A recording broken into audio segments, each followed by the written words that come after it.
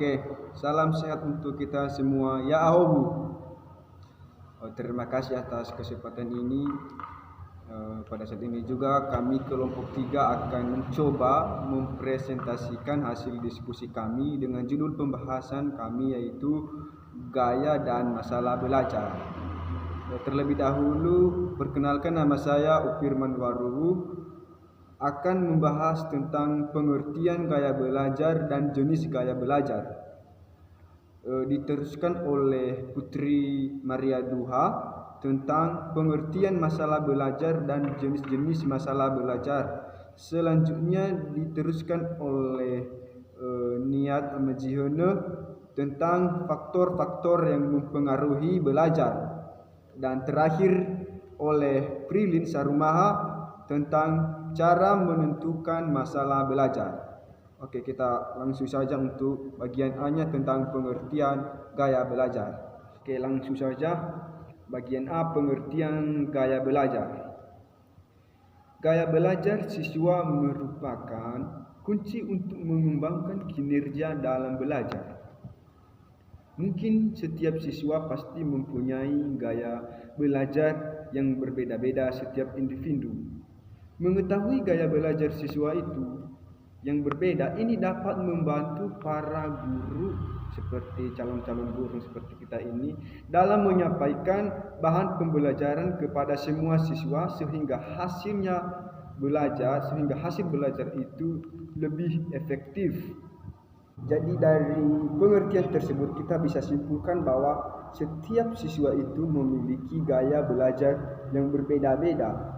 Ada gaya belajarnya untuk seperti main game cepat menangkap dia, ada juga yang dipaparkan di atas papan tulis. Pokoknya berbeda-beda gaya belajar. Nah, diteruskan jenis-jenis gaya belajar. Lanjut, jenis-jenis gaya belajar itu ada beberapa. Berikut jenis-jenis gaya belajar yang dikemukakan oleh seorang ahli yang namanya Deportor dan Hermatsky tahun 1999. Ada 3 bagian jenis-jenis gaya belajar. Yang pertama, gaya belajar visual.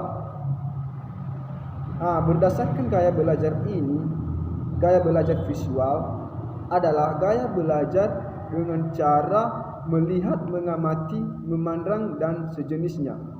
Oke, selanjutnya yaitu bagian nomor 3, gaya belajar kinestetik.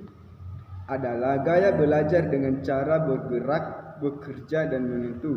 Maksudnya ialah belajar dengan mengutamakan indera, perasa, dan gerakan-gerakan fisik. Orang dengan gaya belajar ini lebih mudah menangkap pembelajaran apabila ia bergerak, meraba, atau mengambil tindakan. Itu maksudnya gaya belajar kinestetik. Orang lebih mudah memahami suatu pembelajaran jika dilakukan secara dalam bentuk tindakan, contohnya meraba, menyentuh, ataupun dalam bentuk gerakan. Nah, itu maksudnya gaya belajar kinestetik. Oke, cukup sekian, akan dilanjutkan oleh pembicara kedua. Bagian C adalah pengertian masalah belajar. Masalah adalah ketidaksesuaian antara harapan dengan kenyataan. Ada juga sebagai tidak terpenuhinya kebutuhan seseorang, ada pula yang sebagai suatu hal yang tidak mengenakan. Masalah juga adalah suatu yang tidak disukai, menimbulkan kesulitan bagi diri sendiri dan atau orang lain. Kemudian, mengenai belajar. Belajar adalah proses perubahan pengetahuan atau perilaku sebagai suatu hal hasil dari pengalaman. Jadi, masalah belajar adalah suatu kondisi tertentu yang dialami oleh murid atau seseorang atau individu yang menghambat kelancaran proses yang dilakukan individu untuk memperoleh suatu perubahan tingkah laku yang baru secara keseluruhan. Kemudian, bagian D adalah jenis-jenis masalah belajar. Adapun jenis-jenis masalah belajar, yang pertama, siswa yang tidak mencapai tujuan belajar atau hasil belajar sesuai dengan pencapaian KKM. 2. Siswa yang mengalami keterlambatan akademik, yakni siswa yang kirakan memiliki inteligensi yang cukup tinggi tetapi tidak menggunakan kemampuannya secara optimal. Yang ketiga adalah siswa yang secara nyata tidak dapat mencapai kemampuannya sendiri atau tingkat IQ-nya yang di atas rata-rata. Yang keempat, siswa yang sangat lambat dalam belajar. Yang kelima, siswa yang kekurangan motivasi dalam belajar. Dan yang keenam, siswa yang bersikap dan memiliki kebiasaan yang buruk dalam belajar. Kemudian, yang ketujuh, siswa yang sering tidak mengikuti proses belajar mengajar di kelas. 8. Siswa yang mengalami penyimpangan perilaku atau kurangnya tata krama. Sekarang bagian E, faktor-faktor yang mempengaruhi belajar. Jadi, ada pun dua jenis yang mempengaruhi faktor belajar. Yang pertama, faktor internal dan faktor eksternal. Faktor internal yaitu yang pertama, ciri khas atau karakteristik siswa. Yang kedua, sikap terhadap belajar. Yang ketiga, motivasi belajar. Yang keempat, konsentrasi belajar. Yang kelima, mengolah bahan belajar. Yang keenam, menyimpan perolehan hasil belajar. Yang ketujuh, menggali hasil belajar yang tersimpan. Yang kedelapan, kemampuan berprestasi. Yang kesembilan, rasa percaya diri. Yang kesepuluh, inteligensi dan keberhasilan dalam belajar. Yang ke-11, kebiasaan belajar. Dan yang terakhir, cita-cita siswa. Kemudian yang termaksud faktor-faktor eksternal yaitu yang pertama, guru sebagai pembina siswa belajar. Dalam peraturan pemerintah nomor 19 tahun 2005 ditetapkan 4 kompetensi yang harus dimiliki guru, yaitu yang pertama, kompetensi pedagogis, kompetensi profesional, kompetensi sosial, dan kompetensi kepribadian. Kemudian yang kedua, prasarana dan sarana pembelajaran. Yang ketiga, kebijakan penilaian. Yang keempat, lingkungan sosial di sekolah. Dan yang terakhir, kurikulum sekolah. Perkenalkan, nama saya adalah Perlin Sarumaha. Saya adalah penyaji selanjutnya mengenai gaya dan masalah belajar. Ada beberapa hal yang akan saya jelaskan mengenai gaya dan masalah pembelajaran ini. Satunya itu pengamatan perilaku belajar. Kita ketahui bahwa sekolah merupakan pusat pembelajaran di mana guru bertindak menjelaskan sedangkan siswa bertindak belajar. Langkah-langkah dalam peran pengamatan yaitu menyusun rencana pengamatan, memilih siapa yang akan diamati, menentukan berapa lama berlangsungnya pengamatan, menentukan hal-hal yang diamati, dan mencatat hal-hal yang diamati. Yang kedua itu adalah hasil analisis belajar. Langkah-langkah dari hasil analisis belajar itu dapat diketahui seperti menganalisis sejak semester pertama mengenai hasil pembelajaran siswa, merencanakan jenis pekerjaan siswa yang dipandang sebagai hasil belajar. Dan yang ketiga yaitu tes hasil belajar.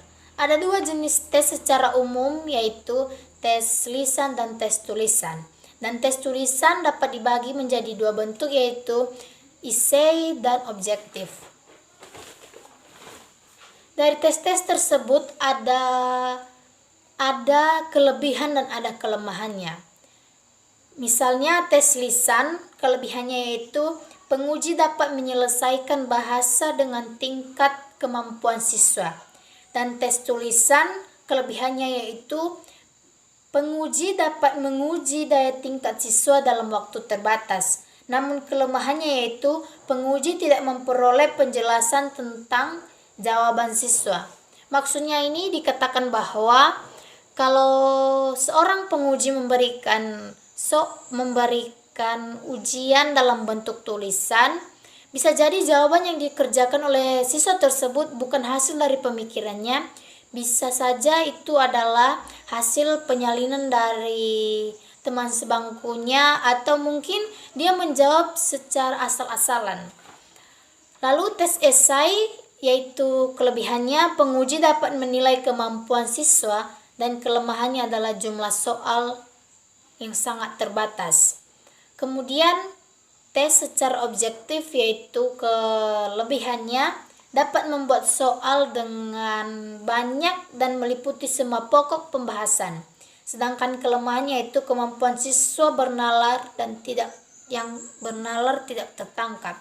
Maksudnya di sini bahwa yang dimaksud dengan tes objektif ini bahwa seorang penguji dapat memberikan berapapun soal yang diberikannya kepada siswa itu adalah tergantung dari si penguji, dan itu mencakup hasil pembahasan yang dilakukan selama proses pembelajaran. Namun kelemahannya di sini dikatakan bahwa kemampuan siswa bernalar tidak tertangkap karena tidak semua siswa mampu memahami semua penjelasan guru tersebut. Itulah mengapa tes objektif ini dikatakan memiliki kelemahan kemampuan siswa bernalar tidak tertangkap. Lalu materi selanjutnya yaitu mengenal dan mengatasi kesulitan belajar siswa. Setiap guru adalah sebagai pengajar sekaligus berperan sebagai pembimbing dalam proses belajar mengajar. Agar bimbingan belajar lebih terarah, maka perlu diperhatikan langkah-langkah berikut. Contohnya, identifikasi, diagnosis, prognosis, terapi atau pemberian bantuan, dan tindak lanjut atau follow up. Jadi, kesimpulan dari pembahasan mengenai gaya dan masalah belajar ini yaitu, gaya belajar dapat disimpulkan sebagai cara seseorang dalam menerima hasil belajar dengan tingkat penerimaan yang optimal dengan cara yang lain. Gaya belajar auditorial memperoleh informasi dengan memanfaatkan indera pendengaran. Sedangkan gaya belajar kinestik adalah gaya belajar dengan cara bergerak, bekerja, dan menyentuh. Kemudian kesimpulan yang lainnya yaitu dapat mengetahui faktor-faktor yang mempengaruhi masalah belajar siswa, apakah itu faktor internal atau faktor eksternal. Kemudian menentukan masalah-masalah yang diperoleh oleh siswa serta mencari solusi atau langkah-langkah untuk memecahkan masalah-masalah pembelajaran siswa. Baik, terima kasih.